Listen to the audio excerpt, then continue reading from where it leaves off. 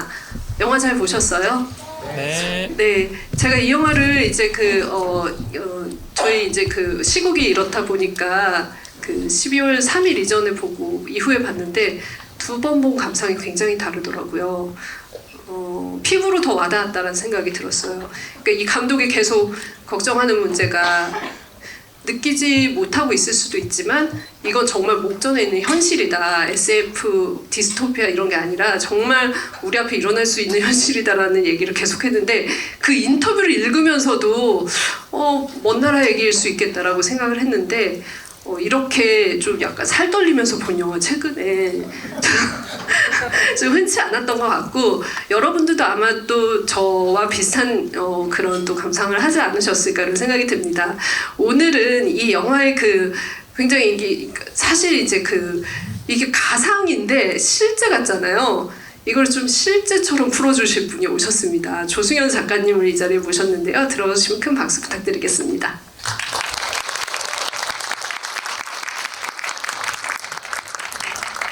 안녕하세요. 유튜브 하고 있는 조승현이라고 합니다. 반갑습니다. 네, 작가님 자리에 그러면은 같이 앉으시고 이 작품 어떻게 보셨는지 한번 먼저 좀 살짝 얘기를 좀 들어볼까요? 저는 원래 전쟁 영화를 굉장히 좋아해요.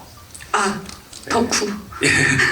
그래서 저도 이제 초반에 우리 탐구 생활에서 가장 인기 있는 컨텐츠들이 대체로 전쟁 영화들인데 처음 이 영화를 보고 느낀 거는 내가 좋아하는 전쟁 영화랑은 완전히 다르다. 네. 지금까지의 전쟁 영화들은 어쨌든 전쟁을 약간 로맨스화 시키는 것들이 있었던 것 같아요. 영웅이 있고. 그렇죠. 네. 누군가가 공경에 빠지면 후배가 공경에 빠지면 선배 장교가 목숨을 가지고 구해준다든지. 네. 그 전쟁 안에서 전쟁이라는 끔찍한 찬상 안에서도 거기서만 또 발현될 수 있는 영웅심이나 네. 어떤 그 인간미가 있다는 방식으로 영화를 주로 만들었던 것 같은데 네. 이 영화는 처음부터 끝까지 전쟁의 장점은 하나도 없다는 것을 확실하게 못 박아주는 네. 전쟁이라는 건 정말 나쁜 것만 있고 좋은 건 하나도 없다는 걸 정말 그냥 머리에다가 못을 대고 망치로 빵빵빵 집어넣는 것 같은 그런 영화여서 망치질을 당하는 영화. 전혀 그 로맨스가 느껴지지 않는 전쟁 영화고 저는 전쟁 영화는 로맨스가 없는 게 맞지 않나. 네. 왜냐면 전쟁이 로맨스가 있는 일이 아니기 때문에 그걸 좀 생각하게 해준 영화예요. 그러니까 어떻게 보면은 이제 그러니까 목적하는 바는 사실 이제 그 로맨스가 있는 영화도 사실 가닥고자 하는 방향은 같다라고 생각을 했거든요. 왜냐면 기존에 진짜 작가님 말씀하신 것처럼 그런 로맨스를 통해서 형제의 우애를 통해서 반전의 메시지를 전하는 건 같은데 사실 그것이 반전을 전하기 위해서 이런 것들을 미화하는 것이 맞느냐라는 게 이 영화의 출발점이라는 생각을 했어요. 저도. 예, 이 영화는 제가 생각할 때 가장 특이점은 뭐냐면은 이 전쟁 영화를 좋아하거나 전쟁사에 대해서 책 읽기를 좋아하면은 자주 나오는 표현 중에 하나가 fog of war, 전쟁의 안개라는 표현이 되게 자주 나와요. 그 얘기가 뭐냐면은 우리는 역사책에서 전쟁에 관련된 걸 읽거나 아니면은 대서사를 담고 있는 옛날에 우리가 멋지다고 생각하던 스필버그의 전쟁 영화 이런 것들을 보면은 전쟁을 대체로 어떻게 돌아가는지를 다 볼 수가 있어요. 위에서 아래로 보여주기도 하고 미국 함대가 이렇게 들어오는데 독일군들이 이렇게 막아서고 있거나 아니면은 미국 함대가 일본 함대랑 어떻게 대치하고 있거나 이런 거를 한눈에 알아보게 설명을 해준단 말이에요. 근데 Fog of War이라는 개념 자체가 뭐냐 하면은 전쟁이 일어나면은 사람이 제대로 된 결정을 내릴 수가 없고 굉장한 끔찍한 공포에 떨게 되고 그 패닉 때문에 계속 자기 스스로를 더 파멸의 글로 읽을 수밖에 없는 이유 중에 하나가 이 전쟁이 실제로 나면은 전장의 상황을 한꺼번에 볼 수 있는 사람이 아무도 없기 때문이라는 말을 했어요. 네. 그러니까 우리는 내 눈앞에 보이는 요 한 몇백 미터의 상황을 가지고 이 전쟁이라는 엄청난 역사적 현실을 맞이하게 되지 영화에 지금까지 우리가 말한 그 로맨틱하게 묘사된 전쟁 영화에 나오는 것처럼 지금 전투가 일어났구나. 지금 좌측에는 독일 탱크가 오고 있고 우측에는 미국 전함이 있구나. 이거를 모르는 상태에서 집에 갑자기 있는데 갑자기 뭔가 번쩍하면서 내 섬광이 보이는데 네. 그 이후에 네, 섬광이 날아가는데 뭔지 몰라요. 근데 자고 일어나 보니까 내가 맨날 가던 이웃집이 다 없어졌어요. 폭격당하고. 네. 그걸 갖다가 보면서 잠깐만 오늘 밤에 나 자러 갔을 때 내일 못 일어나는 거 아니야?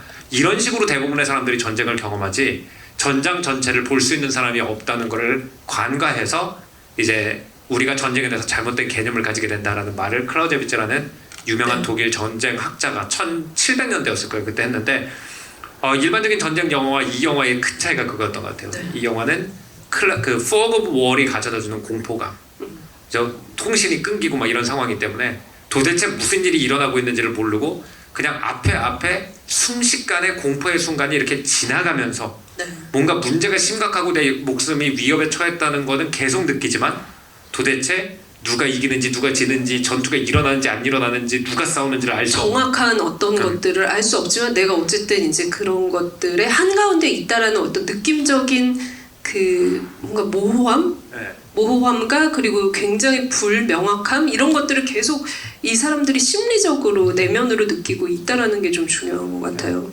그래서 현대전이 진짜 무섭다고 하는 이유 중에 하나가 현대전에 제가 이제 BBC 다큐멘터리에서 이제 드론을 조정해가지고 전쟁을 수행하는 분들의 정신 건강 문제, 이걸 이제 묘사한 어떤 다큐멘터리를 봤는데 현대전이 무서운 이유가 그거래요. 그러니까 우리는 이제 영화에서 전쟁을 보면 대체로 옛날 전쟁을 보잖아요. 그럼 옛날 전쟁은 군인들이 어느 장소에 모여요. 전투를 해요. 승패가 결정이 나요. 그렇기 때문에 이해가 가능해요. 어느 정도는. 엄청 끔찍난 그 상황이지만 내러티브가 있고 전개가 있고 이해가 가능한데 현대 전쟁 같은 경우에는 여기서 본 것처럼 전투 자체는 굉장히 간헐적으로 일어나고 실질적인 파괴는 인명 피해보다는 뭐 예를 들어서 갑자기 그 뉴욕의 첫 번째 장면처럼 물이 안 나와 버린다든지 누군가 들어가가지고 상수도 시설을 파괴했겠죠. 그럼 뭐 갑자기 상수도 시설을 파괴한다든지 전기를 끊어버린다든지 내가 느끼고 있는 어떤 편리하게 사용하고 있었던 어떤 것들의 불편함이 시작되는 거고. 그죠? 네. 그러면서 내가 평생 집이라고 생각했던 뉴욕 같은 곳에서 갑자기 난민들이 쏟아져 나와서 무슨 그 축구장 같은 데 모여가지고 텐트 생활을 하면서 유엔 구호품을 받아야만 먹고 살 수 있다든지 이런 식으로 나타나지 옛날처럼 전쟁의 끔찍함이 두 전 부대가 정면으로 마주치면서 내가 눈으로 확인할 수 있는 방법에서 내 눈앞에서 수천만 명이 죽는 그런 걸로 일어나지 않는데 여기서 더 무서운 건 것 같아요. 네. 실제로 역사적으로 전쟁을 보면은 대부분의 전쟁 피해자들은 전투에서 죽지 않아요. 대부분의 전쟁 피해자들은 굶어 죽거나 얼어 죽거나 질병으로 죽어요. 네. 근데 그 현대 전쟁은 전적으로 대부분의 피해자가 후자라는 거잖아요. 네. 예, 그거를 보여준 것도 이 영화가 굉장히 소름 돋는 이유 같아요. 그러니까 네. 낭만 없는 죽음이잖아요. 완전히 그런 그 전쟁의 2차 피해로 죽는 거는.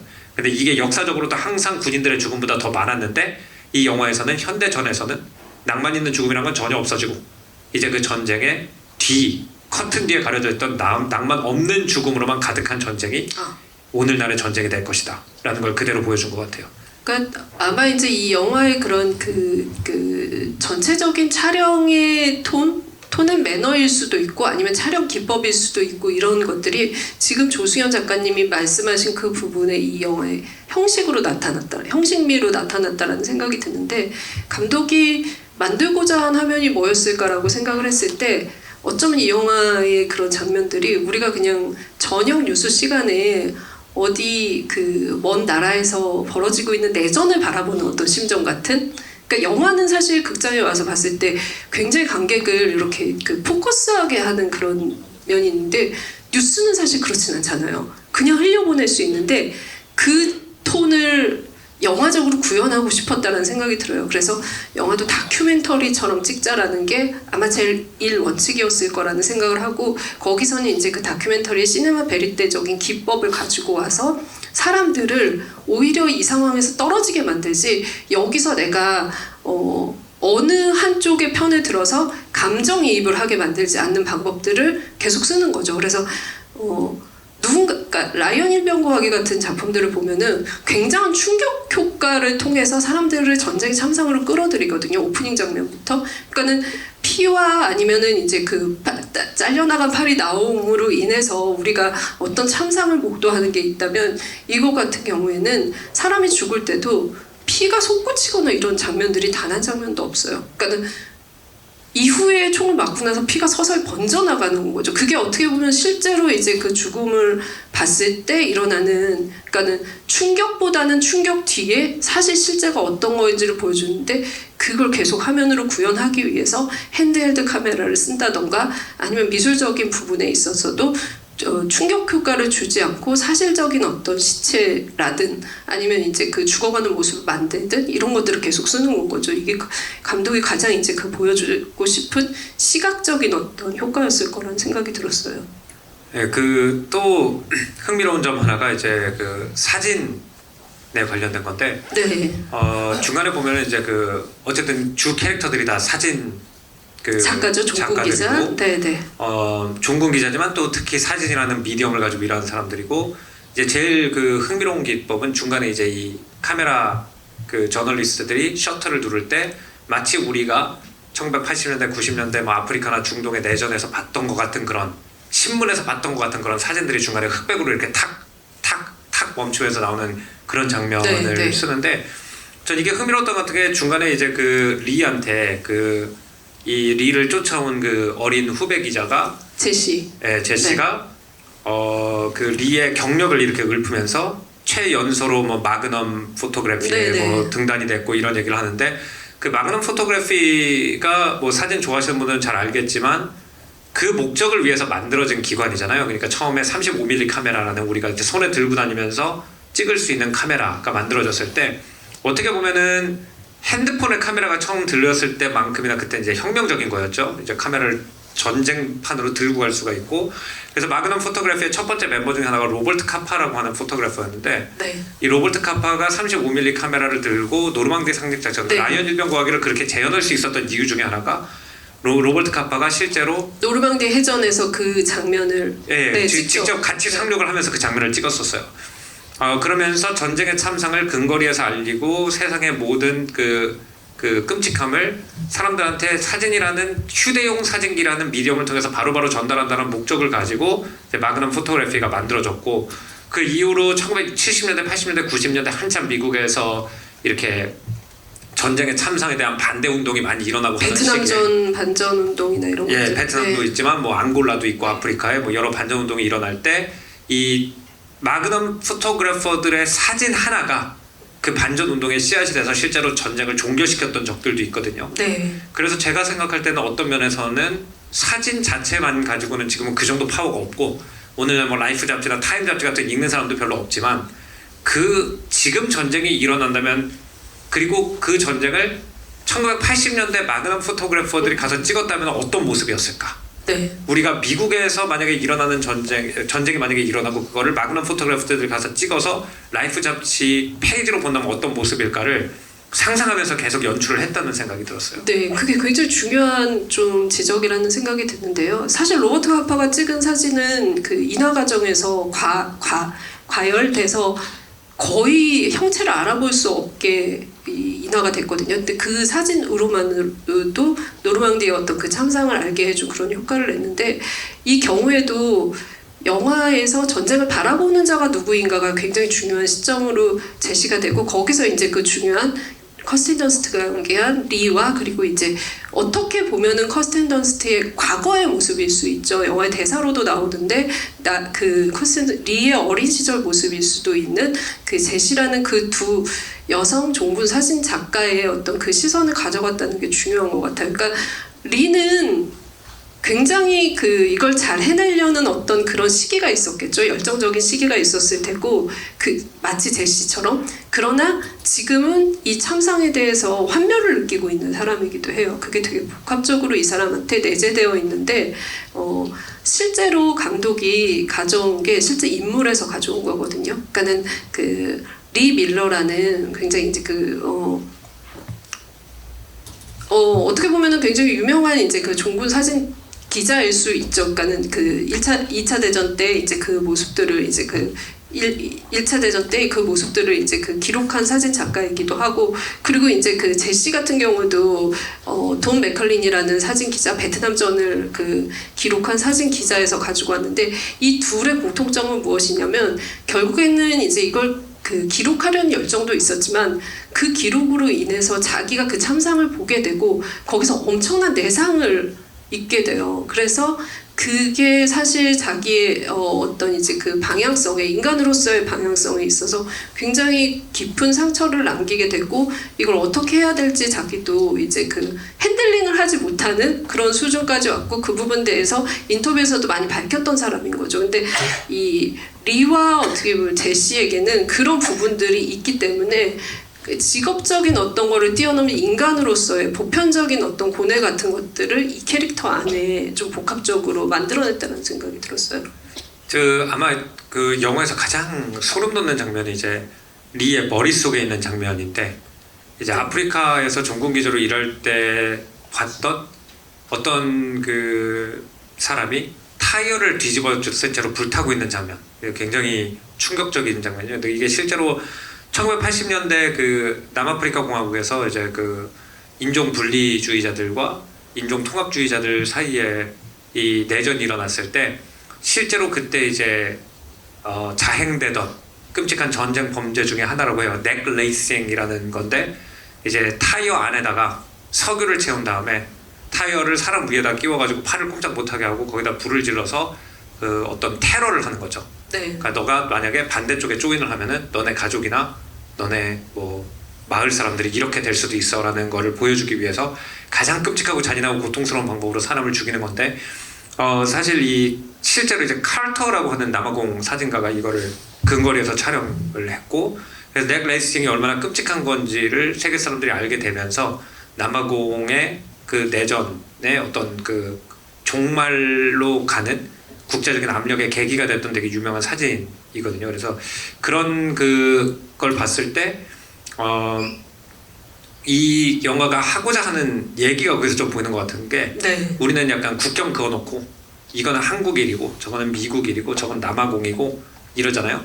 근데 이 리의 머릿속에서는 수많은 나라에서 봤던 여러 가지 전쟁 범죄가 다 섞여 있어요. 그리고 가장 끔찍한 트라우마는 자기 나라에서 그 일이 일어나는 걸 보고 있는 거잖아요. 그래서 어느 나라에서 이런 일들이 일어났을 때 그게 저 나라 일, 이 나라 일, 이 나라 일인 게 아니라 그냥 세계 어딘가에서 그런 일이 계속 돌아가면서 일어나고 있고 다음 차례는 누가 될지 몰라. 약간 이런 굉장히 좀 충격적인 메시지. 너네 나라에서 안 일어날 것 같지? 그러니까 종국기자는 어떻게 보면 굉장히 좀 묘한 캐릭터예요. 왜냐하면 네. 대체로 부유한 서구 국가 출신인데 일부러 어떤 특정한 사명감이지만 또 한편으로는 선민의식을 가지고 전쟁판 안에 뛰어들어가지고 참상을 기록해서 이 서구 어떻게 보면은 유권자들이 가지고 있는 파워를 동원해서 이 전쟁을 그 긍정적인 방향으로 종식시키려고 하는 선한 영향력을 행사하려고 그러는 사람이란 말이에요. 그렇기 때문에 동시에 굉장히 도덕적인 어떤 사명감을 가진 캐릭터지만 또 한편으로는 굉장히 어떤 서구 중심적인 네. 선진국에서만 선진국 사람이 선진국이 아닌 나라를 관찰하는 캐릭터이기도 한데 그렇기 때문에 어떻게 보면 그 사람들의 카메라가 이런 뭐 남아공 남미라든지 뭐 이런 곳을 보면서 아 저 나라는 정말 아직도 저러고 있냐 하는 우리의 눈이기도 네. 할 것 같아요. 네. 물론 이제 우리나라에서 더 이상 그런 얘기를 할 사람은 별로 없겠지만 어쨌든 그 옛날에 그런 걸 보다가 그러다가 갑자기 이게 우리 그 리 입장에선 우리나라에서 일어났단 말이에요. 그쵸. 그러면은 네. 잠깐 저 나라와 우리나라 사이의 차이가 생각보다 크지 않구나. 뭐 IT라든지 라이베리아 같은 나라에서 일어난 일이 여기서도 일어날 수 있구나. 실제 일어날 수 있는 네. 현실이 될 수 있구나. 아마 이제 이 영화의 그 장면 중에 이 기자 일행이 옷가게에 들어가는 그 장면에서 여러분들도 굉장히 지금 말씀하신 부분과 일맥상통하는 지점 찾으셨을 것 같아요. 그러니까는 너무 평화롭잖아요.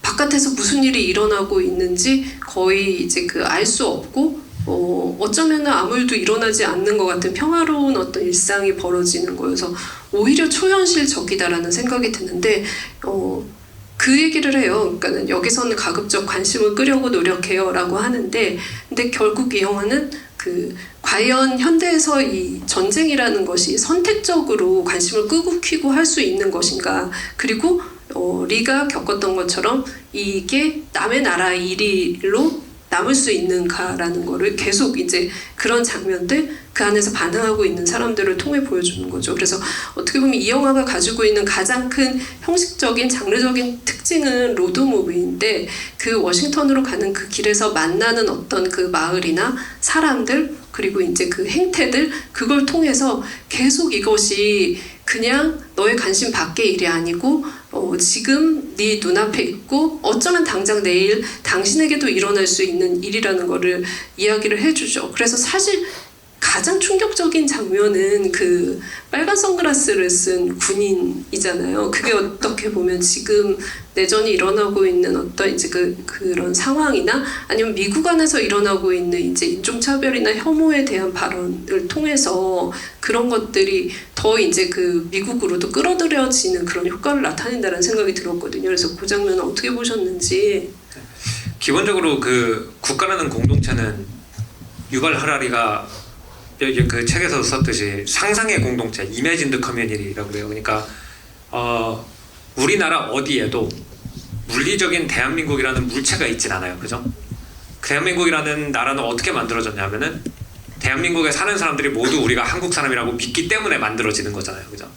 근데 내전이라는 건 어떻게 나냐 하면은 갑자기 그 아이덴티티, 그 정체성, 한국 사람이라는 정체성이 매우 약해지면서 그거보다 더 중요한 다른 정체성이 2개 이상의 정체성이 한 나라 안에 생기기 시작하면 그럼 이제 그때는 내전이 날 수 있는 상당한 요소를 가지게 되는 거죠. 그래서 뭐 예를 들어서 미국은 특히 이제 이런 내전을 실제로 났었고 1865년 1년부터 5년까지 남북전쟁이랑 엄청난 끔찍한 내전을 겪었을 때도 그 로버트 힐리 장군이라는 유명한 남부 장군이 있죠. 아직까지도 정치적으로 시끄러운 분인데 그 로버트 힐리 장군이 사실 뉴욕에 있는 군사학교 출신이에요. 그러니까 미국 북쪽에서 군사학교를 나온 분인데 남부군 사령관이 됐단 말이에요. 그러면 왜 남부군 사령관이 됐느냐라고 했을 때 나는 미국에 대한 애국자이다. 하지만 나는 내가 태어난 버지니아에 대해서 더 애국자이다. 그래서 버지니아와 미국이 싸운다면 나는 미국 편을 들어야 된다. 그러니까 이게 되게 묘한 말이에요. 그죠? 이제 우리나라는 좀 나라가 사이즈가 작고 한국인이라는 정체성이 지역 정체성보다 훨씬 강한 나라이기 때문에 예를 들어서 부산이 서울이랑 전쟁을 하면은 부산 사람은 한국인이기 때문에 수도의 편을 들어야 되냐 고향이기 때문에 부산 편을 들어야 되냐 약간 이런 퀘스천이거든요.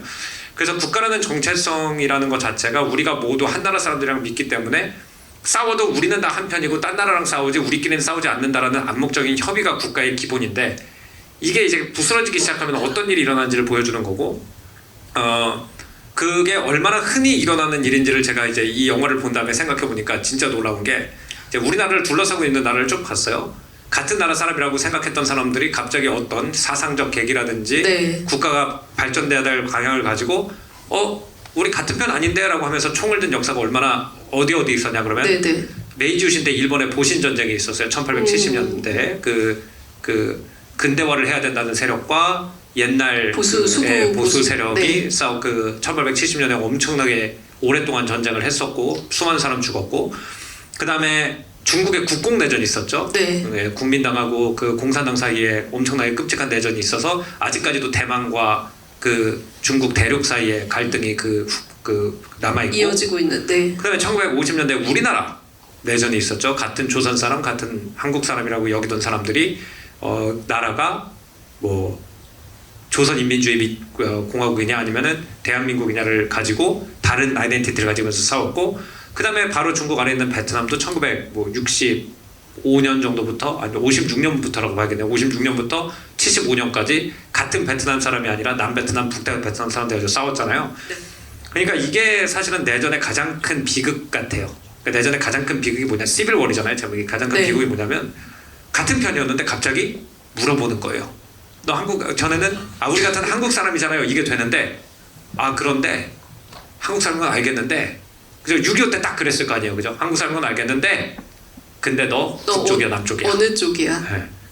아니면은 중국 사람이 나 중국 사람이라고 그러는데 그건 알겠는데 너 모태똥이야 장개석이야? 이러기 시작했을 때 한편으로 머릿속에는 아니 둘 다 중국을 뭐 예를 들어서 한국을 위해서 중국을 위해서 싸우는 건데 왜 이런 식으로 싸워야 돼라는 그 약간 분노나 어이없음이 들면서도 또 한편으로는 여기서 대답 잘못하면 죽기 때문에 아무 편도 아니라고도 얘기할 수 없는 그 상황. 그래서 나는 둘 다 일리가 있는 말을 하고 있고 싸우지 않고 말로 했으면 좋겠다라는 말을 하는 순간 양쪽이 다 반역자로 간주해가지고 나를 죽이게 되는 그 상황.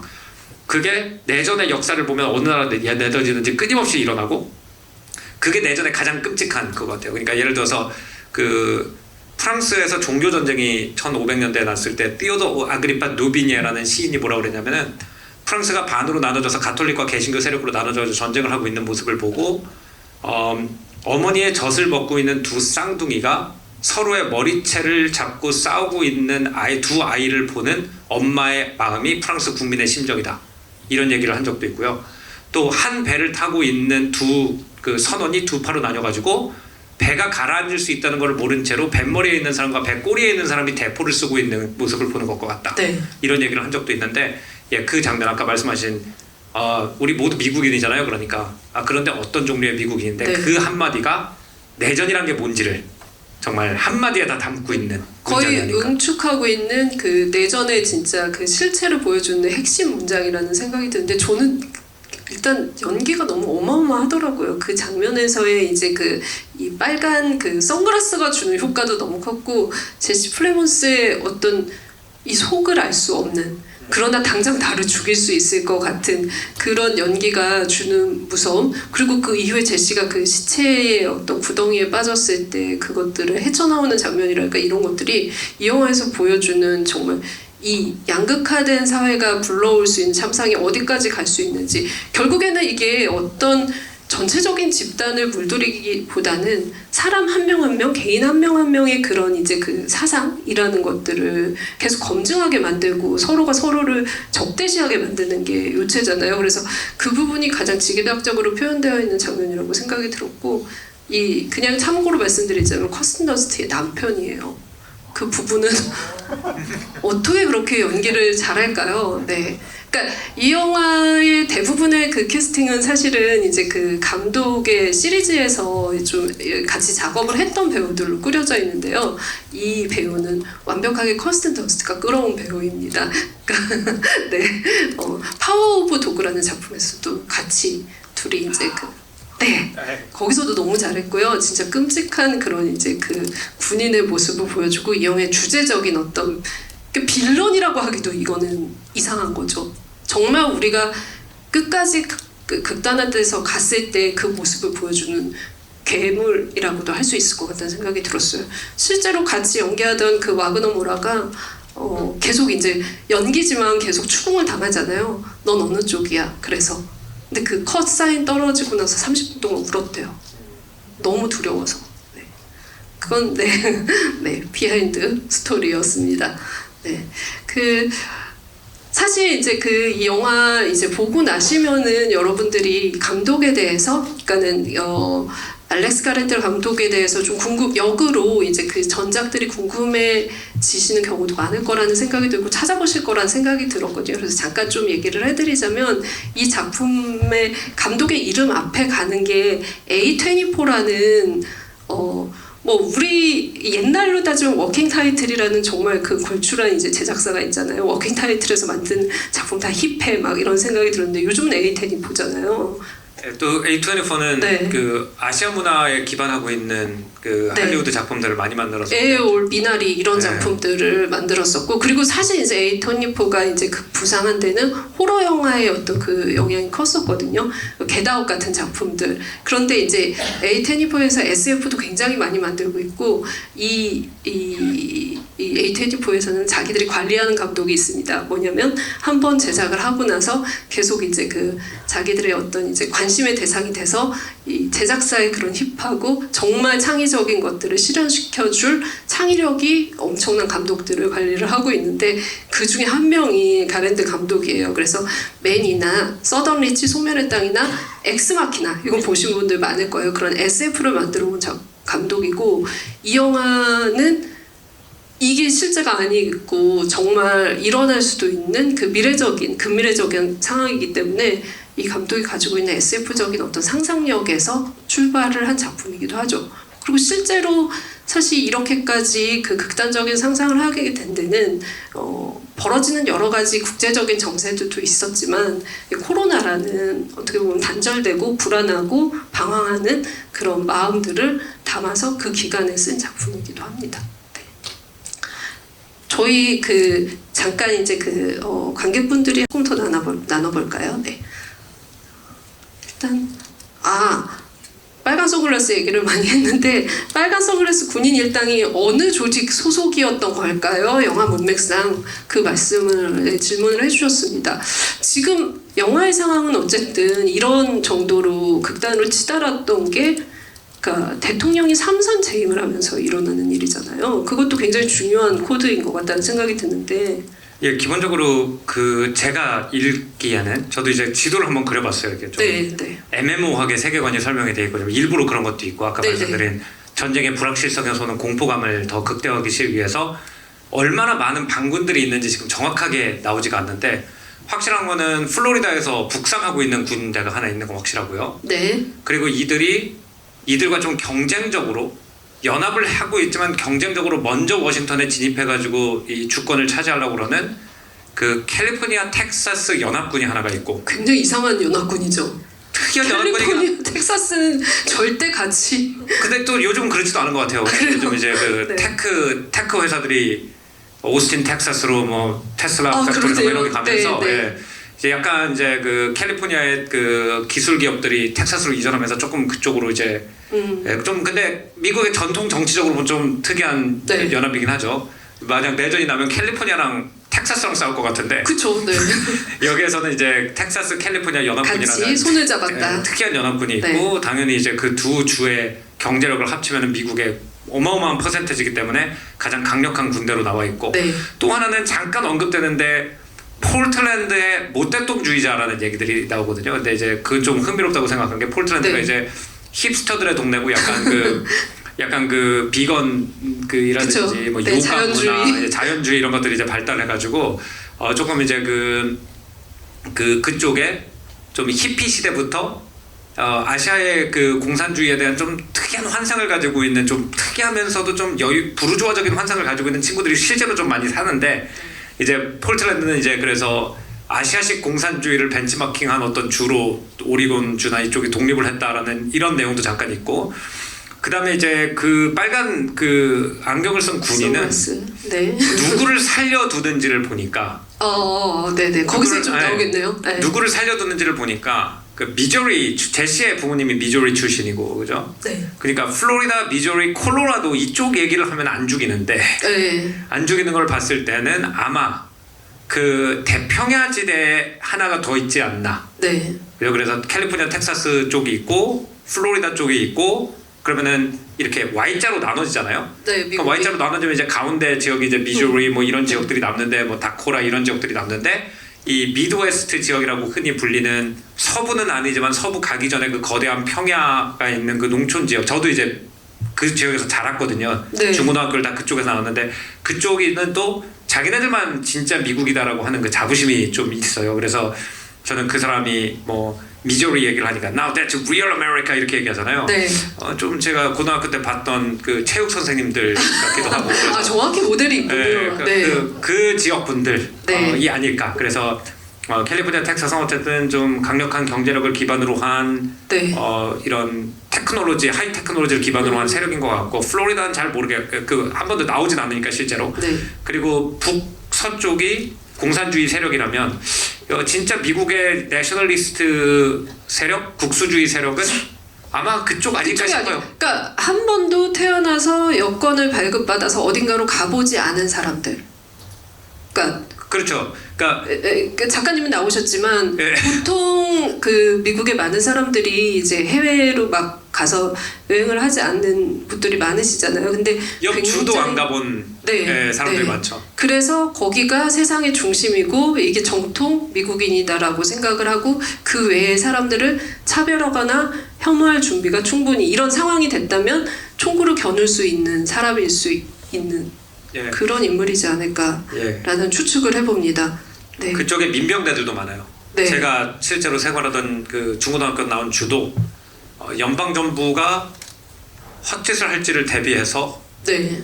무장을 하고 군사 훈련을 자발적으로 하는 어른들이 꽤 있었어요. 아, 예, 그래서 그 주들의 또 특징 중에 하나가 연방 정부에 대한 어떤 불신. 네. 예, 그들은 이제 대도시의 어떤 하수인들이다. 그래서 대도시와 우리 같은 진짜 트루 아메리칸 그 농촌 사람들의 권익이 충돌하면 워싱턴의 엘리트들은 무조건 뉴욕이나 샌프란시스코 로비스트들의 편을 들기 때문에 만약에 그것이 극단화될 때를 대비해서 아, 미리 무장을 하고 군사훈련을 하는 분들이 이쪽 주에 꽤 제가 살던 주에 꽤 어떤 주라고 말씀드리기엔 조금 그 주에 어렵죠. 레피테이션이 있기 때문에 네. 근데 어쨌든 그런 분들이 꽤 그 몇 개 주에도 꽤 있었거든요. 저희 친구 아버지들 중에서도 몇 분 지금 네. 선생님도 나오셨고 고등학교 때 그리고 또 친구 아버지도 네 실제로 네 모델이 네, 그래서 저는 딱 보고는 저 미드웨스트 쪽 분인가 보다. 저 네. 빨간 그 안경 군인은 미드웨스트 쪽의 밀리시아 네. 일 가능성이 높다라고 생각을 했습니다. 결국에는 이제 예를 들면 진성과 그러니까 성골 진골 나누는 것처럼 찐 미국인이 누구인지를 계속 가리는 작업을 하고 있고 거기에서 이제 난민이나 이런 사람들은 절대 들어올 수 없는 어떤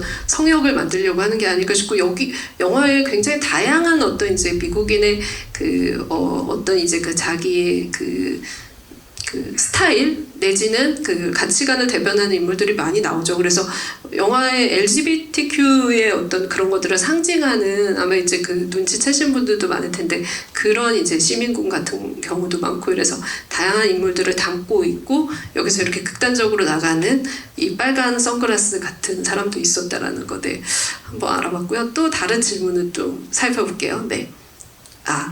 실제로 미국 내에서도 지역 감정이 심한가요? 이거는 지금 아까 말씀하신 거에 아마 답변이 조금 있는 것 같다는 생각이 드는데 미국은 지역 감정보다 제가 생각할 땐 제가 살면서 느끼고는 도농 갈등이 엄청나게 심해요.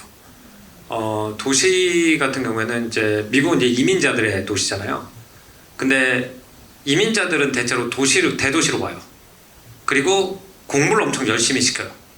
그래서 이민자들은 대체로 자영업자들이고 소규모 자영업자들이고 교육률이 굉장히 높고 자녀들의 학력이 굉장히 높다는 좀 특징들이 있어요. 그리고 미국에 원래 살던 사람들보다 미국에 이민을 가려면 어쨌든 1960년대 이후에는 비자를 받기 위해서는 어느 정도 학력이 보장되어 있어야 되기 때문에 그 자영업을 하고 무슨 뭐 세탁소나 음식점 같은 걸 그런 높은 교육 수준이 필요 없는 자영업을 하고 있어도 실제로는 대학에 나온 사람들이 굉장히 많아요. 네. 그리고 유색인종 비율이 당연히 이민자들이 도착하는 곳이기 때문에 굉장히 많고.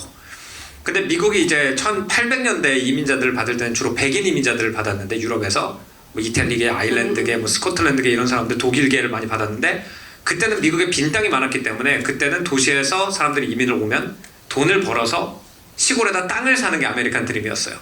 그래서 1800년대 부모들이 이민을 와서 4대 5대 전에 이민을 와서 땅을 사가지고 시골로 나가가지고 거기서 정착을 한 사람들은 이제 문을 닫고 싶어 하죠. 네.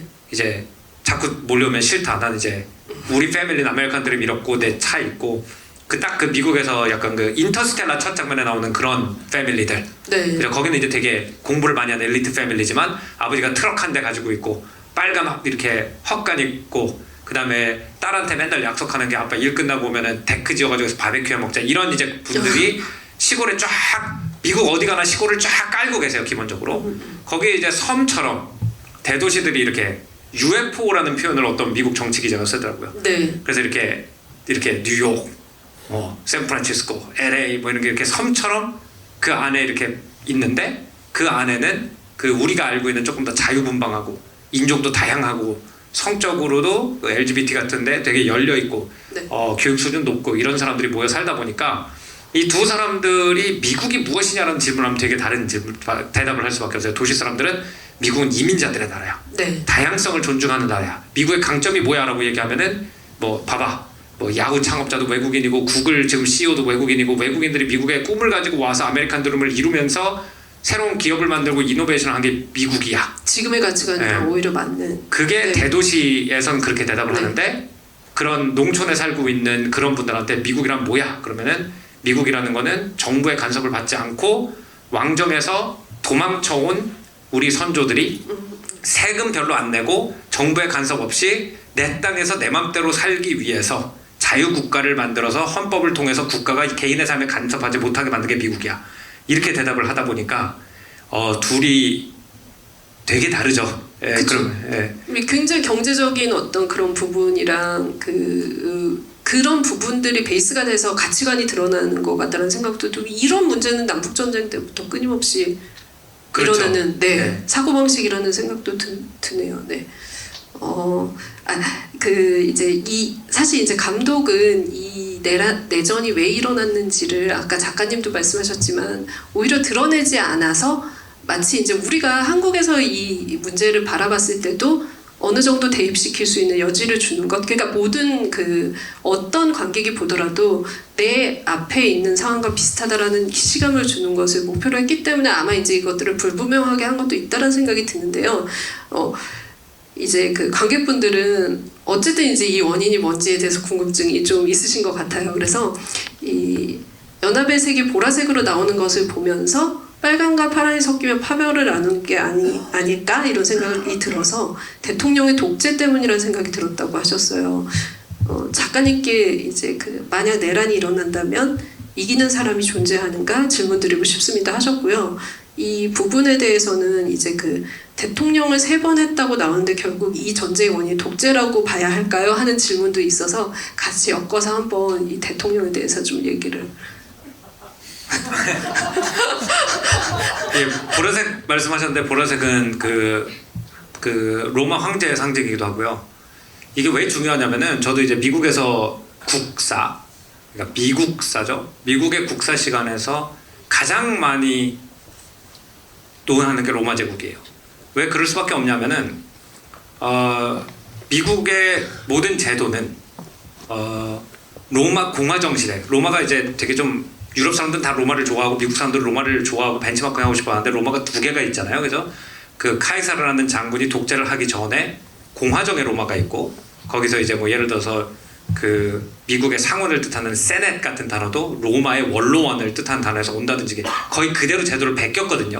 좀 현대화 시켰겠지만 그 다음에 카이사르와 어구스투스가 독재를 시작한 이후에 로마 제국이 있어요. 그래서 로마 공화국과 로마 제국이 있는데 미국은 로마 공화국을 카피해서 만들고는 로마 제국이 되는 거를 방지하기 위해서 헌법을 썼다라고 생각을 하면 돼요. 그러니까 그들이 보니까 아테네와 로마라고 하는 고대에 2개의 민주주의가 있었는데 아테네도 결국 독재 국가가 됐고 로마 독재 국가가 됐더라.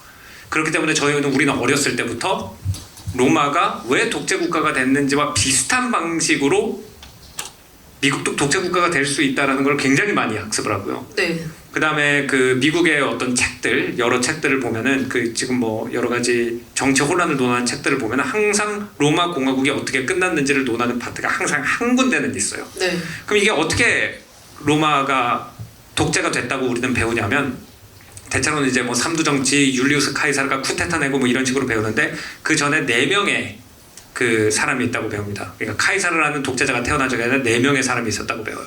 마리우스, 술라, 폼페이우스, 카이사르의 순서로 뭘 했냐면 이 사람들이 조금씩 국회의 힘을 약화시키고 자기의 힘을 강화시켰다는 거예요. 그래서 옛날에 이제 3권 분립, 그때는 3권 분립은 아니었지 2권 분립이었죠 로마 시대는. 그래서 의회의 힘과 정부의 힘이 균형을 맞춰야 되는데 이 균형을 조금씩 어기기 시작해요. 의회에서 안 해야 된다는 일을 하나를 해요.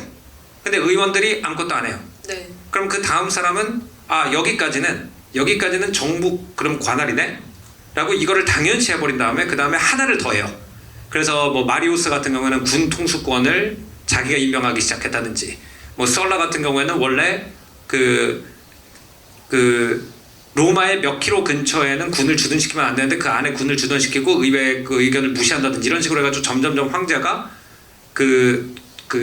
권력을 자기 근처로 모으는 이런 일들을 계속 하고 그 사람이 마침내 이제 의회에 허락 없이 혼자서 정치를 하게 됐을 때 이분 색이 보라색이거든요. 저는 그것도 좀 관련이 있다고 생각을 하고. 네. 그러니까 이 사람이 갑자기 뭐 자기가 삼선을 하고 이게 문제가 아니라 제가 생각했을 때는 미국의 이제 기본적인 어떤 이런 균형 제도와 그거를 이루고 있는 절대로 어기면 안 된다는 성역 이런 것들을 이제 정치에서 살짝 깔짝깔짝 하나씩 어겨보기 시작했을 때 그죠? 나중에 그런 부분들이 나중에 이 끝은 이렇게까지 갈 수 있다는 걷잡을 수 없이 네. 네. 그리고 마지막에 이제 처단을 한마디도 하지 못하고 총살을 당하는 그 지경까지 가게 되는데 그러다 보니까 아마 이제 저도 이제 이 영화를 계엄 발표 이제 계엄령이 내리고 나서 봤을 때와 아닐 때와 좀 차이가 있었다 이런 감상을 전하기도 했는데 질문도 이제 한국적인 상황과 이 영화를 어떻게 엮어서 봐야 될까 이 부분들이 많은 분들이 여쭤보셨습니다. 지금 제가 탐구매님 질문을 소개를 해드릴게요. 우리나라도 지역 분열, 세대 분열, 젠더 분열이 동시다발적으로 일어나고 있는데 이 영화를 현 우리들의 이야기를 대입해서 봐도 괜찮은 관점일지. 네. 저는 그렇다고는 좀 생각 안 해요. 그러니까 네. 우리나라가 그러니까 제가 이제 여러 나라에 살아보면은 저런 방식으로 나라가 망할 가능성이 있는 나라들이 있고 네. 반복된 프랑스 혁명 이후에 그랬던 것처럼 한 정부가 들어서면은 사람들이 불만족해가지고 들고 일어나서 다음 정부 들어섰는데 그 정착하기 전에 또 반대편이 들고 일어서고 이런 식으로 나라가 쇠퇴하는 그 두 가지 패턴이 있는 것 같아요. 그러니까 국가적으로 안정기를 들이다가 반복적으로 너무 빠른 속도로 정권 교체가 계속 일어나가지고 나라가 쇠퇴하는 경우가 있고 하나는 그러니까 끊임없는 쿠데타와 내전 쿠데타 이렇게 되는 보잖아요. 우리 뉴스에서 그런 나라가 있고 그 다음에 나라가 쪼개져가지고 싸우는 나라들이 있는데 우리나라는 일단 나라의 사이즈 그리고 어떤 나라의 지역을 분리시켰을 때 그 인프라가 유지가 안 된다는 점 이런 걸 봤을 때 이 11월에 나오는 저런 방식으로 나라가 망하더라도 망할 것 같지는 않다라는 조금 생각을 양상이 했어요. 다를 것이다. 네. 왜냐면은 실제로 그렇잖아요. 그러니까 통째로 차지하지 않으면 아무 의미도 없는 나라이다. 어떻게 보면 나라의 어떤 사이즈나 서울 중심으로 모든 게 인터그레이트돼 있는 형태가 예를 들어서 갑자기 강원도는 독립하겠습니다 이렇게 하기에는 심지어 저도 강원도 출신인데 얼마 전에는 춘천에서 원주까지 길을 놨지만 전에는 고속도로가 춘천에서 원주로 안 갔어요. 춘천에서 서울로 가고 원주에서 서울로 갔어요. 그렇게 돼 있는 나라기 때문에 통째로 차지하려고 그러지 우리나라는. 그렇기 때문에 어떻게 보면은 우리나라의 저런 젠더 갈등 이런 거가 더 격해 보이는 이유는 미국 같은 경우에는 나 쟤네랑 안 놀아 이럴 정도로 이제 공간이 넓은데 우리나라는 이게 부딪힐 수밖에 없을 정도로 좁아서 조금 더 갈등이 좀 심해 보이는 게 아닌가라는 생각은 들어요. 근데 확실한 건 뭐냐면은 제가 얼마 전에 영국의 원로 저널리스트 말틴 울프 어떻게 보면은 이 영화의 뉴욕 타임즈 원로 기자랑 되게 비슷한 분이에요. 세미 같은. 쌤이랑 굉장히 비슷한. 파이낸셜 타임즈에서 오래 계셨던 신사적이던 옛날 서구 민주주의를 몹시 그리워하시는 분인데 그분이랑 제가 이제 인터뷰 영상을 찍어가지고 저희 컨텐츠에 올렸는데 그분이 뭐라고 그러냐면은 많은 사람들이 민주주의의 목적을 잘못 이해를 한대요. 민주주의의 목적이 효율적으로 국가를 관리하기 위해서라고 생각을 한대요. 근데 효율적으로 국가를 관리하는 방법은 되게 많대요.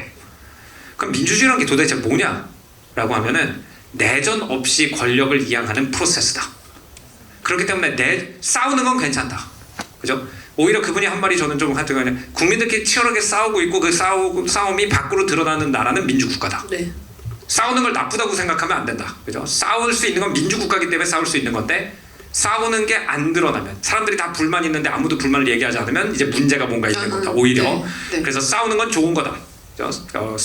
그게 폭력으로 번지지 않고 싸우라고 민주주의가 있는 거다. 첫 번째 말씀을 하셨고 두 번째는 민주주의가 실패했다는 걸 언제 아냐 하면 11월이 나면은 민주주의가 실패한 거다. 왜냐하면은 그 민주주의의 기본 구조 자체가 내가 진짜 마음에 안 들어도 헌법적 프로세스에 의한 거면은 그냥 그래 우리가 그렇게 하기로 했으니까 그렇게 할게. 그래서 민주주의는 여기서 나온 것처럼 내전이나 외전 없이 권력을 서로 다른 의견을 가진 사람들이 돌아가면서 권력을 잡는다는 데 의미가 있는 것이지 실질적으로 나라를 운영하는 데 가장 효율적인 방법이라서 정착된 게 아니라는 걸 기억하는 게 굉장히 중요하다라는 얘기를 했어요.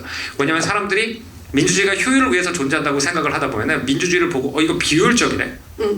딴 거 해볼까? 이런다는 거예요. 그럼 딴 거 해보면 어떤 일이 일어나냐? 잠시 더 효율적으로 돌아갈 수는 있는데 그 다음에 권력이 바뀌어야 될 때 혁명이나 내전 없이는 권력이 바뀌지 못한다는 거죠. 그래서 그런 면에서 이제 어쨌든 이 영화를 제가 봤을 때는 어떤 이유로 저 대통령이 저런 상황을 만들었는지 모르겠으나 결국은 그냥 경고는 민주적 프로세스가 무너지면 일어난 일 이거야 라는 걸 보여주려고 하는 건 확실했던 것 같아요. 그러니까 어떤 프로세스를 어떻게 어겼든 민주적인 프로세스를 통하지 않고 권력을 잡을 수 있다는 선례가 조금이라도 만들어지면 그 다음의 결과는 사람들이 정권 이양하려고 그러면 전쟁하는 수밖에 없다. 네. 이거가 핵심 메시지였던 것 같아요. 네.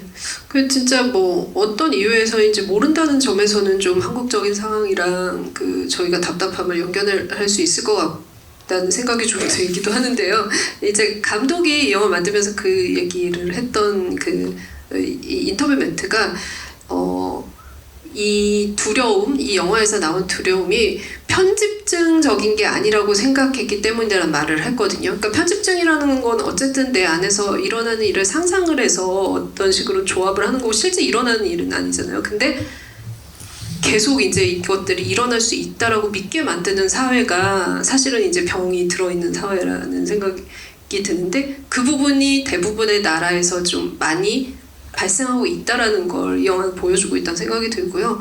실제로 이제 뭐 젠더나 이런 부분들 같은 경우 그리고 이제 그 성별, 젠더나 아니면 이제 그 나이 이런 연령대 이런 것들은 굉장히 다양한 이 영화의 구성원들을 통해서 좀 보여주면서 그들의 사고방식을 드러내려고 한 측면은 보여요. 왜냐면 이 기자 같이 워싱턴으로 떠난 기자 자체를 어떤 이제 그 다양한 성별과 다양한 나이대로 구성을 했다라는 게 좀 그런 부분에 있어서 이제 이런 표본 집단처럼 만들어낸 건 거죠. 그래서 선임 기자부터 시작을 해서 여성 기자도 이제 그 여성 남성도 있고 그리고 선배 후배 아니면 이제 그 굉장히 나이 차이가 많은 기자를 배치를 했다는 것도 그런 부분에 있어서 이제 그 영화적인 어떤 이제 캐릭터 구성이라고는 할 수 있는 거죠. 네. 질문을 하나 조금 더 이야기를 해볼게요. 네. 네. 후반부에 대체된 성조기가 나오는 것 같은데 별이 2개인 건 어떤 의미가 있는 부분인지 궁금하다고 하셨습니다. 성조기의 별을. 예, 그 텍사스 기 아세요? 텍사스 기가 성조기랑 비슷하게 생겼는데 줄이 2개고 별이 하나예요. 그래서 스스로를 론 스타 스테이트라고 불러요. 별 하나뿐인 주. 그 이유가 이제 텍사스가 원래 처음에 독립을 하려고 할 때 이게 멕시코의 일부였잖아요. 근데 이제 인구 구성은 텍사스가 이 이주민들이 동쪽에서 왔기 때문에 영어를 쓰는 사람들이 훨씬 더 많았어요. 그러니까 영어를 쓰는 사람들이 훨씬 더 많이 이주를 해서 텍사스에 살고 있는데 정치적으로는 스페인령이었어요. 그래서 이제 이 텍사스 사람들이 말하자면 이제 밀란을 일으키죠. 우리는 우리 텍사스 주는 그러니까 이렇기 때문에 11월이라는 게 훨씬 더 미국에서는 우리나라보다는 더 근접한 현실에 근접한 상황이라는 거 실제로 이런 식으로 나라가 만들어졌어요. 그래서 텍사스에 밀란을 일으켜가지고 멕시코 정부한테 우리는 영어 쓰는 사람들이기 때문에 우리 멕시코 안 하고 미국 할래요라고 얘기를 하고 그 다음에 이제 멕시코에서 쳐들어와요. 그러니까 이제 미국이 야 텍사스가 미국 한다고 그러는데 너네가 왜 간섭해?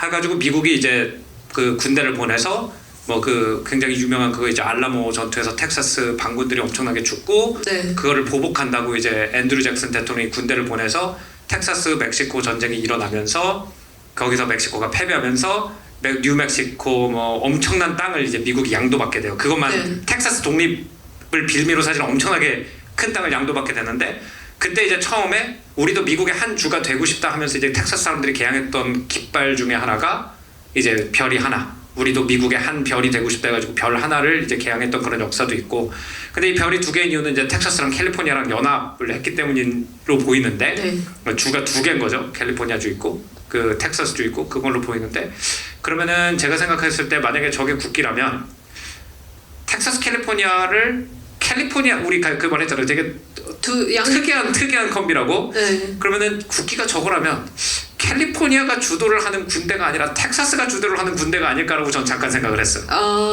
그러니까 텍사스가 캘리포니아를 정복한 다음에 자기네 그 깃발에다가 별 하나 더 받고 그거를 국기로 선포한 게 아닌가. 왜냐면은 캘리포니아는 그거 있잖아요. 곰 그려져 있는 다른 깃발 있잖아요. 아래는 빨간색 위에는 하얀색 위에 곰 그려져 있는 그 깃발이 있는데 그 깃발을 쓰지 않았을까? 캘리포니아가 텍사스를 정복한 거면 그 깃발이 있었을 것 같은데 이 별 2개짜리 깃발을 쓰는 걸로 봐서 텍사스가 캘리포니아를 정복하고 이 캘리포니아 텍사스 군이라는 게 실제로는 텍사스 군 아닌가? 그 안에서도 어떤 이제 자기네끼리 어떤 관계인지 모르니까 손을 잡긴 잡았지만 어떤 방식으로 더 많은 지분을 차지하고 있는지는 알 수 없다. 네. 그냥 겠습니다. 그냥 재밌자고 하는 얘기예요. 네. 또 하나 이건 작가님 말씀을 지금까지 이렇게 들어보니까 미국이 너무나 많은 인종이 모여 살고 도시와 농촌의 갈등도 있고 또 이렇게 50개의 주가 모여져 만들어진 거대한 국가인데 국사 교과서 같이 나라의 역사를 다루고 역사관을 주입시키는 민감한 소재의 교과서는 모든 주에서 같은 교과서를 쓰는지 어떻게 선정이 되는지 궁금합니다. 네, 미국의 네. 이게 굉장히 이 영화랑 굉장히 중요한 게 뭐냐면은 네. 이 국사라는 게 알고 보면은 엄청난 편집이 들어가요. 그러니까 우리는 그냥 국사에서 배운 내용은 다 그냥 사실이다 이렇게 생각을 하지만 국사는 국가를 만드는데 굉장히 중요한 도구 중에 하나예요. 그래서 국사와 한국사는 되게 다른 거다라고 학자들이 얘기를 하죠. 네. 한국사는 한국에 여러 가지 일어났던 일을 자기 분야에 따라서 학자들이 한 어떤 사람 도자기, 어떤 사람 조정의 일 이렇게 연구를 하는 거지만 국사라는 거는 내셔널 히스토리라는 거는 어떤 스토리를 우리가 대한민국 국민으로서 공통적으로 알고 있자고 협의를 했느냐는 선택이 들어가거든요. 왜냐면은 5천만 명의 인구가 살고 있는데 그리고 그 전에도 몇 천만 명, 그 지난 5천년 동안 한반도에 있었던 모든 일을 다 적을 수는 없잖아요. 국사책에. 그러니까 우리 대한민국 사람들끼리 우리나라에 있었던 몇 개 사건은 다 같이 알고 있다라고 협의를 하는 과정에서 어떤 거를 선택했는지에 대한 협의를 통해서 국가라는 공동체가 생기는 거죠. 그죠? 그러니까 우리가 한국 사람이라면 우리의 뿌리는 예를 들어서 당군이고 뭐고 그리고 우리 병자호란, 임진왜란 이런 거를 겪으면서 우리는 한 나라가 되었고 일본의 식민지에 맞서 싸웠고 이런 걸 통해서 우리가 똑같은 스토리를 공유하고 있는 한 집단이라는 만드는 과정이어서 이게 되게 중요한데 지금까지는 기본적으로는 제가 한 컨텐츠에서 이렇게 얘기를 했어요.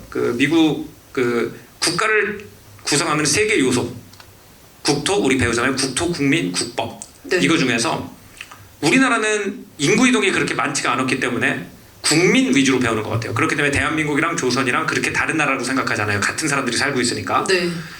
프랑스 같은 경우에는 농경 사회고 와인도 중요하고 요리도 중요하고 이러다 보니까 국토 위주로 되게 많이 배워요. 그래가지고 맨 처음에 프랑스 역사책을 펴면은 우리가 지금부터 배울 것은 우리 대대로 많은 사람들이 이주해와가지고 프랑스라는 나라를 만들어낸 육각형의 땅이다 그러면서 지리부터 들어가요. 네. 북서쪽에는 바다가 대서양이고 저기 서쪽은 대서양이고 남쪽은 지중해고 북쪽은 북해를 향하고 있고 전체 육각형으로 생겼는데 이쪽은 알프스고 피레네 산맥이고 기후가 어떻게 다른지 이것부터 이해해야 된다. 그러니까 땅을 위주로 설명을 해요. 근데 미국 같은 경우에는 아까 말씀드린 것처럼 땅도 계속 변했고요. 텍사스는 원래 미국 아니었는데 조인하고 땅도 계속 변했고 국민 구성도 계속 변하고 있기 때문에 국법 위주로 네. 국가를 정의하는 것 같아요. 그래서 제가 배운 미국 국사책은 헌법은 어떻게 만들어졌다. 네. 헌법 있기 전에 독립선언문은 어떤 철학을 기반으로 누가 왜 썼고 그리고 이거는 어떻게 해석하는 게 옳고 그 다음에 헌법이라는 거는 누가 왜 만들었고 그리고 이거는 어떤 방식으로 협의가 되었고 이 헌법의 약점, 예를 들어서 처음에 헌법이 사인됐을 때 노예제도를 허용했다든지 이런 약점이 뭐였고 그런 약점을 고치기 위해서 20여 개의 수정헌법을 만들었는데 수정헌법 하나하나가 어떻게 통과됐고 이런 것들을 이제 주로 위주로 배웠던 것 같아요. 그러니까 나라가 무엇이냐라는 것에 프랑스는 이 육각형 땅이 우리 프랑스야 라고 대답을 하고 한국 사람들은 우리 핏줄을 가진 사람들이 대대로 여기 나라에 살았어 라고 대답을 한다면 미국 사람들은 이 헌법이란 구조를 만들어 놓고 이 헌법대로 살기로 한 사람들이 미국인이야. 이런 식으로 가르쳐서 미국의 역사를 어떻게 가르치냐 하면은 미국 법의 역사를 중심으로 가르친다. 이렇게 네. 대답을 할 수 있을 것 같습니다. 네, 질문들이 굉장히 많고 사실은 이제 이 영화가 진짜 공포스러운 상황을 오히려 건조한 톤으로 말하려고 했는데 그 부분에 있어서 현실과 연결시킬 수 있는 지점이 많기 때문에 이런 디테일한 질문들이 들어온다는 생각이 드는데요. 사실 질문과 함께 마치라는 사인도 들어와서 네. 하나만 더 할까요? 하나만. 네, 하나만 더 그러면은 네.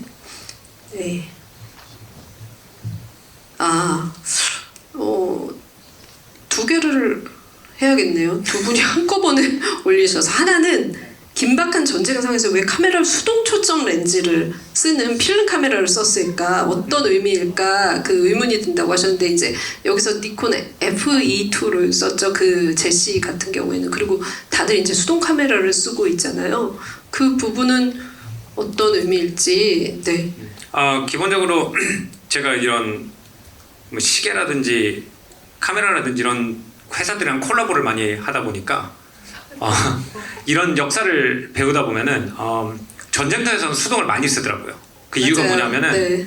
수동이 자동보다 고장 날 가능성이 적은데 이제 우리는 안락한 도시에서 살기 때문에 그리고 뭐 여행 가면 호텔이나 뭐 에어비앤비 같은 데 있으니까 그렇게 막 진흙, 먼지, 추위, 더위 이런 데 기기가 노출될 일이 별로 없으니까 디지털 기기가 굉장히 강하다고 생각하는데 뭐 예를 들어서 취약하죠 디지털은. 예, 네. 디지털 엄청 취약하잖아요. 네. 추우면 배터리 작동 안 하고 네. 뭐 이런 것들 때문에 언제 어디서나 작동을 하는 건 역시 수동이다 해서 전쟁에 들고 나가는 에퀴먼트는 시계가 됐건 카메라가 됐건 대체로 수동을 들고 다니기도 하고 네. 또 하나는 그냥 그 마그넘 포토그래퍼들이 좀 즐겨 쓰던 카메라 모델들이 좀 많이 나오는 것 같아요. 그래서 제시는 굉장히 젊은 포토그래퍼인데 지껏 들고 와가지고 그 리가 그 사진기 어디서 났냐 뭐 이런 장면 있잖아요. 네. 네. 예, 그런 것처럼 이제 그 마그넘 포토그래피의 철학을 물려받아서 영화를 만들었다는 건 확실하니까 마그넘 포토그래피퍼들이 쓰던 좀 아이코닉한 카메라를 영화 안에서 피처하고 싶었던 것과 두 번째는 이제 전쟁 상황에서는 추위, 더위, 충전 인프라 이런 것에 취약한 네. 디지털 카메라보다는 실제로 매뉴얼 카메라를 많이 쓴다는 점 그런 것들이 네.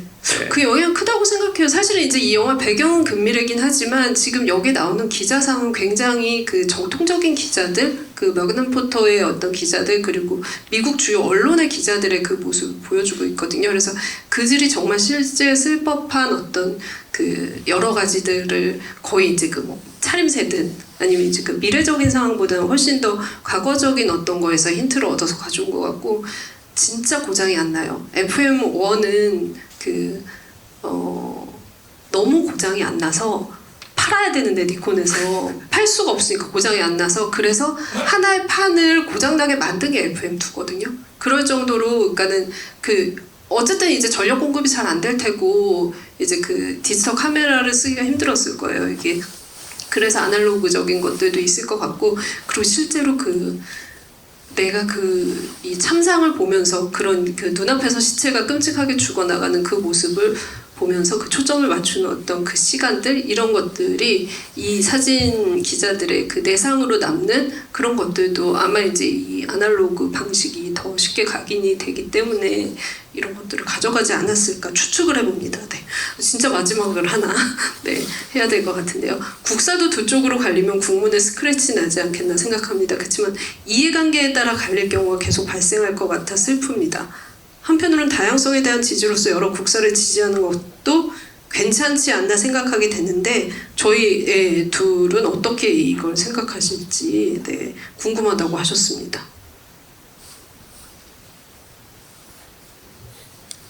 질문을 지금 잠깐 읽긴 읽었는데 네. 여러 국사를 국사의 그 역사의 여러 방향성을 지지하는 것도 가능하지 않을까, 괜찮지 않나 하나만 이제 지지하는 게 아니라 그 말씀이신 거죠? 네. 그러니까 그 국가의 정체성이 과거에 뿌리 박고 있지 않는 나라들은 충분히 가능할 것 같아요. 네, 그러니까 사실 우리나라 같은 경우에는 특히 유교 국가들은 약간 우리 조상들이 누구였고 같은 사람들이었나 아닌가 이런 걸 가지고 이제 우리가 같은 나라 사람들이다라는 거를 가장 강력하게 느끼기 때문에 저도 좀 깜짝 놀랐던 게 뭐냐면은 이제 우리나라 같은 경우에는 뭐 옛날 우리나라 역사 뭐 예를 들어서 저 어렸을 때도 무슨 안시성 전투 막 이런 것도 막 우리가 이겼다 그러잖아요. 그래서 이번 2000년 전에 일어났던 전투인데 근데 아무도 없었잖아요. 우리 태어나지도 않았잖아요. 근데 이제 뭐 예를 들어서 그런 왜냐면 그게 시대를 거슬러 가니까 그 유교적인 관념에서의 어떤 정체성은 이 정체성이 시대를 가로지르고 핏줄을 통해 가지고 이어져 있다고 생각하니까 그렇게 하는 건데 이제 뭐 예를 들어서 유럽인들 같은 경우에 그 우리 동아시아에서 볼 수 있는 역사 분쟁 같은 게 잘 안 나죠. 그 이유 중에 하나가 뭐냐면은 뭐 로마 제국이 누구 역사였냐 그러면은 전 유럽 사람들이 다 자기네 역사라고 할 수도 있지만 어떤 사람도 자기네 역사라고 생각하지 않아요. 그냥 옛날에 로마라는 나라가 있었어. 그리고 많은 우리 조상들이 그 나라에 살았겠지. 그냥 이렇게 생각을 하지. 그때 그런 사람들이 있었지 이렇게 생각을 하지. 이게 우리의 뿌리야 라고 생각은 하지 않고 그게 우리의 뿌리야라고 생각하는 사람들을 별로 좋게 생각하지 않아요. 왜냐면은 역사와 민족을 너무 이으려고 했던 사람들이 다 좀 유럽 역사에서 나쁜 사람들이었어요. 뭐 히틀러도 뭐 네. 독일인의 뿌리는 뭐 아리아족에서 왔다 이런 거를 주장하는 것 자체가 대체로 좀 나쁜 사람들이 많이 했기 때문에 그런 나라들에서 그러니까 즉 과거와 현재를 충분히 분리시킨 나라에서는 국사의 해석이 다양해져도 국민적인 합의가 다른 부분에서 이루어지기 때문에 우리는 이런 헌법적인 가치를 같이 지키는 사람들이야 크게 문제가 없을 것 같아요. 근데 역사적 정체성과 공통성의 정체성에 뿌리를 두고 국가를 건설한 나라들, 우리나라나 뭐 중국이나 일본 같은 나라들은 그게 흔들렸을 때 그거를 대체할 만한 다른 강력한 정체적 성점 합의 그게 뭔지를 좀 찾아야 되지 않나라는 생각이 들어요. 저는 이게 되게 중요하다고 생각을 하는 게 우리나라 어쨌든 인구가 급속하게 줄고 있잖아요. 뭐 이거는 뭐 찬반이 아니라 현실. 그리고 외국 분들이 와가지고 그 자리를 채워줘야만 국가가 유지될 수 있는 것도 뭐 찬반이 아니고 그냥 현실인데 그렇게 됐을 때 뭐 예를 들어서 이제 우리나라도 한 50년 후에 뭐 지금도 시골에 어떤 마을 가면은 이민자들이나 아니면 부모의 국적이 다른 애들이 반 이상을 차지하는 학교들도 있다고 그러는데 거기서 우리 조상들은 이라는 이야기로 국사를 가르쳤을 때 한 50년 후에 그 반에 있는 몇 퍼센트 정도가 그 얘기 우리 조상이라는 표현에 동감을 할까? 그러네요. 예, 그러면 그때부터는 우리나라도 이 한국이라는 정체성이 뭔지에 대해서 좀 심각하게 다시 좀 고민을 해봐야 되는 시기가 네. 어차피 올 것 같긴 합니다. 그러니까 지금은 어쨌든 이제 그 다양성이라는 그 화두에서 그 누구도 떨어져서 그 동떨어져서 살아갈 수 없는 시대라고 생각하고 그 부분에 대해서 질문을 계속 할 수밖에 없다라는 생각이 드는데요. 이 영화에서 결국에 내 진짜 마지막이라 해서 마지막 그 뭐 연합군 정부가 어느 쪽으로 사실 우리가 선뜻 동조하지 못하게 하는 효과들을 많이 장치들을 만들어 놨거든요. 예를 들면 막 죽이고 이럴 때 힙합 음악 나오잖아요. 그때 뭐지? 약간 이렇게 되잖아요. 그러면서 더 이상 거기에 감정적인 개입을 못하게 차단을 해버리는 그런 연출적인 어떤 장치들을 쓰는데 이 영화가 그 부분에 대해서 감독이 고민한 것들을 영화적인 어떤 그 장치들 그런 방법론으로 굉장히 많이 만들어놨다라는 생각이 들고요. 그건 정말 제가 아까 처음에 말씀드린 것처럼 이 감독이 꾸준히 했던 이전의 SF 작품들 연출작뿐만이 아니라 28주 후나 이제 그 다른 작품들에서 각본을 쓸 때부터 해왔던 어떤 이제 그 방법론이기 때문에 그것도 같이 보시면서 이 작품을 좀 연결해서 보시면 좋을 것 같다라는 말씀을 저는 마지막으로 드리고 작가님 한번 인사를 진짜 마지막이라고 해서 빨리 그래도 부탁드릴게요. 죄송해요. 네. 방 빼야 되는 것 같아서 예, 저는 그냥 그 최근에 제가 아까 말씀드린 말틴 울프 기자랑 한 30분 정도 대화 나눈 영상을 인터넷에 올려놨는데 네. 그 내용이 너무 딱 맞아가지고 그 영상 한번 봐주시면 유튜브? 예, 네, 유튜브 네. 영상 한번 봐주시고 결국 유튜브를 또 이렇게 구독 좋아요 한 번씩 눌러주시고 네. 저기 네. 11월 리뷰 영상도 올라가 있으니까 네네. 그것도 한번 봐주시고 네, 궁금증 그러면은 또 조세호 작가님 거기에 40